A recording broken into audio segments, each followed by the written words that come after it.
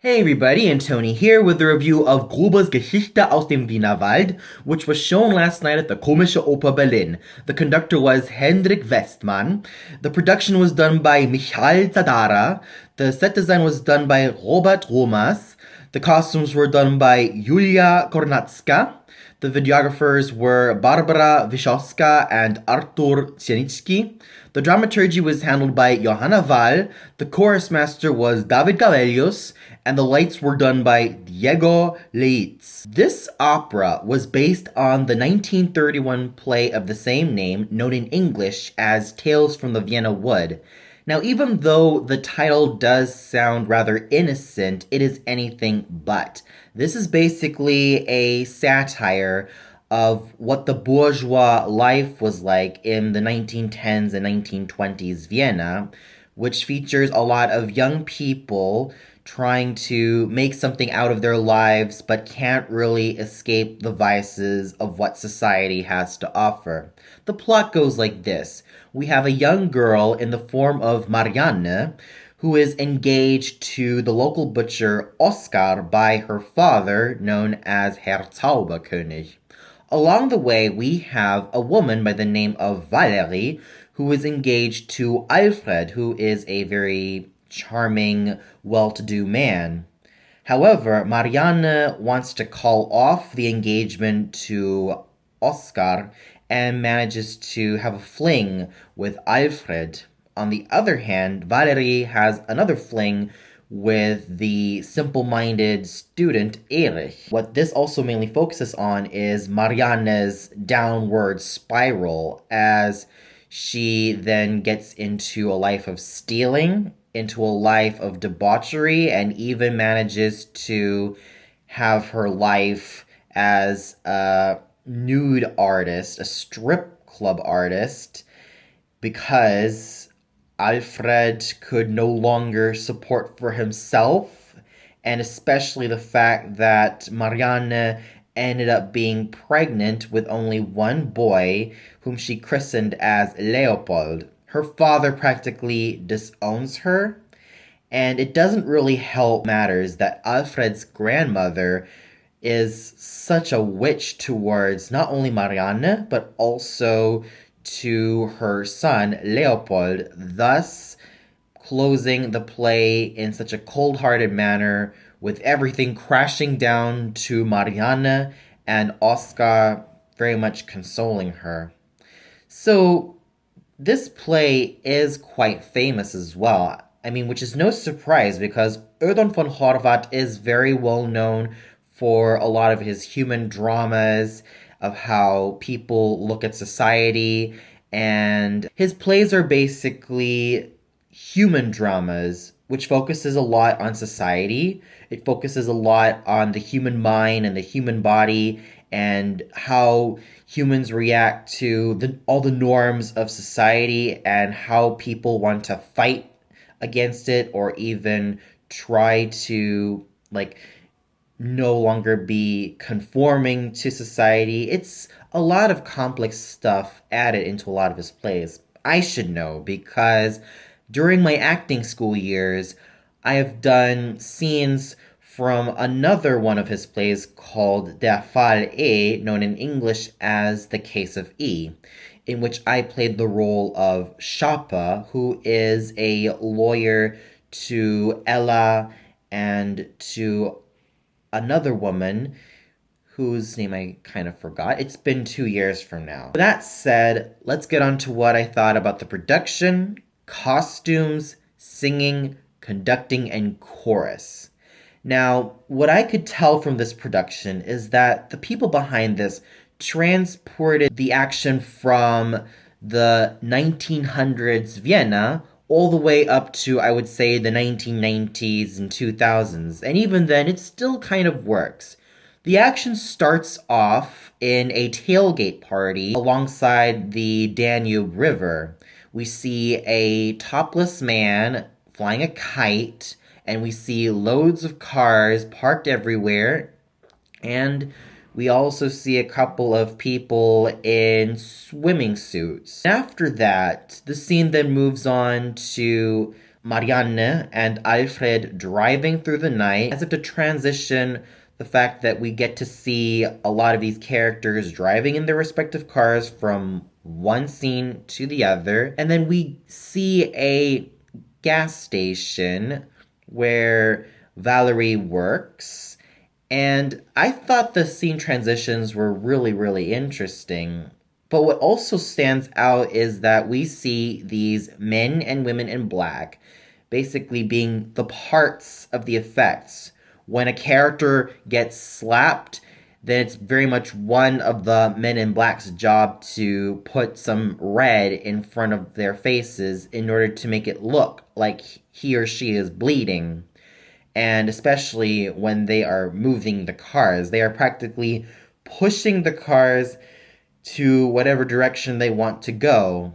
But I really have to say that the scenery is absolutely very fine all throughout, and it really does help with the fact that it is actually quite cool in its own special way that the action was transported from the early 1900s to the 90s or early 2000s. Even though I would have loved to see how the action would have looked like if it were set in the time it was written, like I would say the 1910s or the 1920s, it's still a very effective story done in its own right. And the costumes are actually pretty good in their own right. I especially love how they made Zauberkönig into this big, rough Papa Wolf type of character. And with Alfred's grandmother, I really love how they dressed her very decently, but there's also a sense of underlying nastiness to her. And you could really tell that Alfred's mother, there's a sort of innocence still in her, but a sort of signal that she's already grown out of that innocence. So overall, the costumes and the production overall were actually very good in its own way, though I would have loved to have seen how the actions would have been if it were set in the 1910s or 1920s. We'll never know. Maybe we might have a more traditional production in the future, but this production is still rather good in its own way. And now we get to the singers, starting off with Cornelia Zink as Marianne. Now, what did I think of her singing and her overall portrayal of Marianne? I thought she did very fabulously with this role. First of all, in terms of her singing voice, she has a very lovely voice overall. She has a very scintillating technique. Her high notes are very clarion and sparkling. Her coloratura work is very fabulous. And her phrasing and her diction were absolutely stunning. Not to mention, she was able to add a lot of that bratty bad girl elements to Marianne, even though she was supposed to be a pretty sweet character. But I think she manages to really convey that this is the story of a girl's downward spiral to her inevitable self-destruction, and she portrays it very well. She basically makes Marianne start off as a very sweet and very loyal girl to Oscar, seemingly loyal at first. But then she manages to get a little bit catty when she manages to have a fling with Oscar. And then we see her life spiral out of control when she feels like she has nothing in her life and has to work as a nude artist in a cabaret club headed by Ferdinand. And when we see her getting slapped around and disowned by her father, you could really feel that pain that she goes through, especially in the end when she finds out that her little boy Leopold has apparently been neglected by her own grandmother-in-law and was left for dead. You could really feel that pain that she has, and she really owned it in this role. And it's also special thanks to the high notes she produces. Whether those are C's or D's, she does them extremely fabulously with abandon. And then we get to her first lover, Oscar, sung tonight by the Australian lyric tenor, Adrian Strupa. He really does make a great job with this role, making him very impassioned and very much a character I can feel rather sorry for because he does love Marianne, but too bad that she chose thrills over trying to make sure that she has a good marriage with this dude. His voice was absolutely gorgeous. He has a fine lyric tenor voice, which he loves to manipulate, and his stage presence was absolutely fine all throughout, making Oscar a very sympathetic character, but one who does have a lot of edge, especially trying to make sure that Marianne stays put in her place, but is too late when all is said and done. And at times you even get to see his downward spiral to insanity, especially in the final act of the opera, which he does so convincingly and so believably my hairs stood on end. Then we get Alfred, done tonight by the wonderful dramatic baritone Tom Erik Lie. He has a very wonderful countenance. He is tall. He is handsome. He is debonairish. He is elegant. He is brimming with virility and such a total masculinity that I was totally turned on by his performance. Vocally, he has a very fine, rumbling, dramatic baritone voice, and he can go lyrical as well, which is no surprise because Mr. Tom Erik Lie also specialized in roles like Papageno, to Sixtus Beckmesser, even to a lot of the dramatic baritone roles in the Italian, French, and German repertoire. Maybe a little bit of the English and Russian and Slavic repertoire as well. He does a very fine job making Alfred a very handsome and very debonairish type of character, but also one who is rather unsure if Marianne's path is the right path to her own life. He does show a lot of concern for her, and he does an extremely fine job in terms of his singing and in terms of his overall portrayal. In the role of Valerie, we have the wonderful dramatic mezzo-soprano Ursula Hesse von den Steinen, who has an excellent voice, which she continues to still have. I have seen her past performance as the fortune teller from Arabella and Mother Goose from The Rake's Progress, and here she is singing such a very fine and very thankless role. She not only has those strong and wonderful middle notes which any mezzo or contralto should have, but also she descends very, very wonderfully into those low, chesty notes, which she does superbly. And her stage presence as Valerie was equally as scintillating and just exciting. She was able to make Valerie a very fun-loving, yet quite promiscuous character, and still brims with a lot of fun, and also can make her human as well when everything is said and done, especially when it involves someone like Marianne. She does a very fine job with making Valerie a very multidimensional character, and it's also helped with that voice, which is so full of dimension, clarity, depth, and it's so burnished in its tones, in its focus, and its overall clarity. And I have to give Madame Hesse von den Steinen for everything that she pulled off, and also for her overall musicianship, which she really offered in that evening. Then we have the role of Herr Zauberkönig, sung last night by Jens Larsen, and I totally love this gentleman. First of all, I really love how much of a tall and imposing figure he is on stage.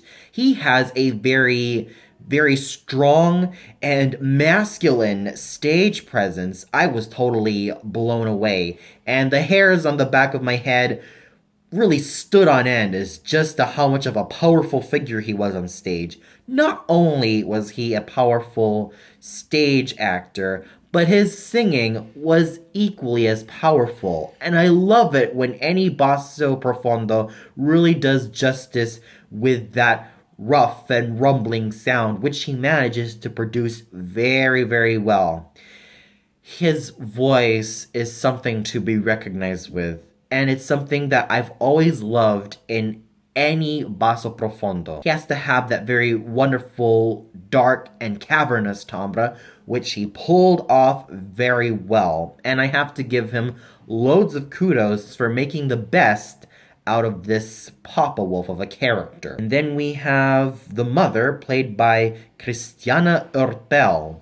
Now, in her solo with Marianne's Wachhaus song, she manages to make the song almost like a longing lullaby, as if though she is yearning for her child to come home once again. And I felt like a tear almost was about to flow from my eye. That is just how poignant she was able to make the Wachhaus song really come to life. And her singing was really wonderful, as to be expected by someone like Madame Urtel.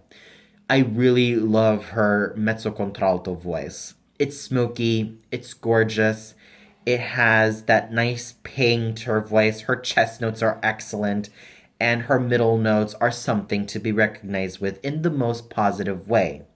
Playing the grandmother was the veteran soprano Karen Armstrong, who manages to give an icy cold stage presence without being over the top in her menace and her venom. She manages to really be subtle in everything that she represents, whether she be menacing, venomous, or just plain bitchy, which she does so well. She doesn't make her too vitriolic nor too outrageously evil, but she manages to really be subtle with her characterization, and her singing, even though she is currently like 74 or 75, was still very well done. And that's not an easy job to do for any veteran singer like her. She did magnificently with the role of the grandmother, and she pulled off one hell of a performance. Then we have Irish, done by Ivan Turcic, who has a very fine lyric tenor / character tenor voice, and his stage presence was quite amusing, and manages to really make the best out of this delightful character role. Then we have the Rittmeister / Beichtvater in the form of Hans Grüning, who has a very fine basso voice, which he loves to manipulate, and his stage presence was equally as fine all throughout. Then we have Mr., sung tonight by another veteran singer in the form of Hans-Peter Scheidegger, who has a lovely rumbling basso voice, which he loves to use very, very well.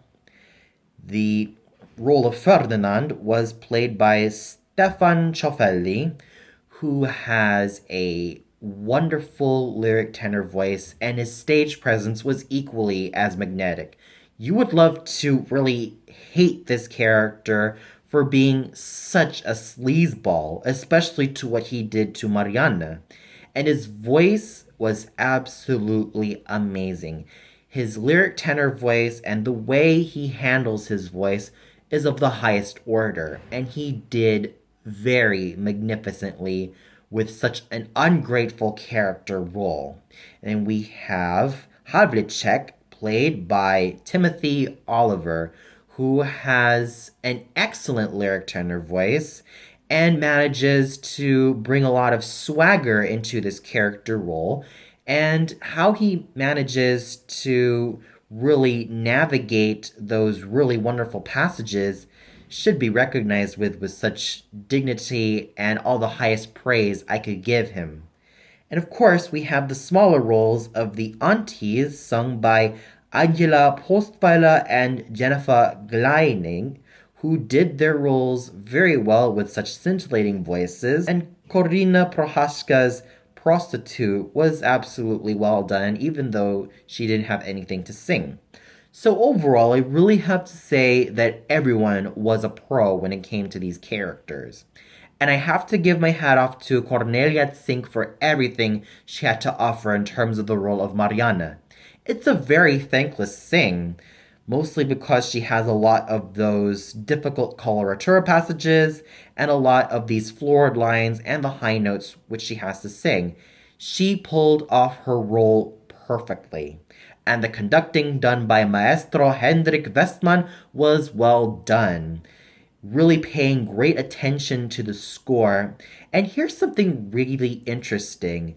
In some sections, we hear a German recording of Gegelida Manina from La Boheme, which I thought really spoke to the time of having these wonderful Austrian and German opera singers sing in their native language when it came to the different operas that they performed.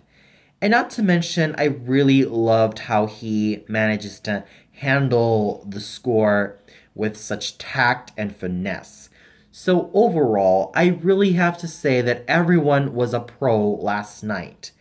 Everyone gave it their all, and I have to say that this was a great evening of stars. And if you haven't seen this opera yet, I highly suggest you go check it out. And those of you who have seen it, please let me know your thoughts on the comments below of what were your honest opinions about this opera and everyone involved in it.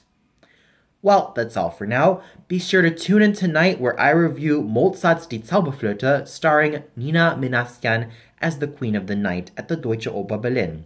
So until then, have a great day, everybody.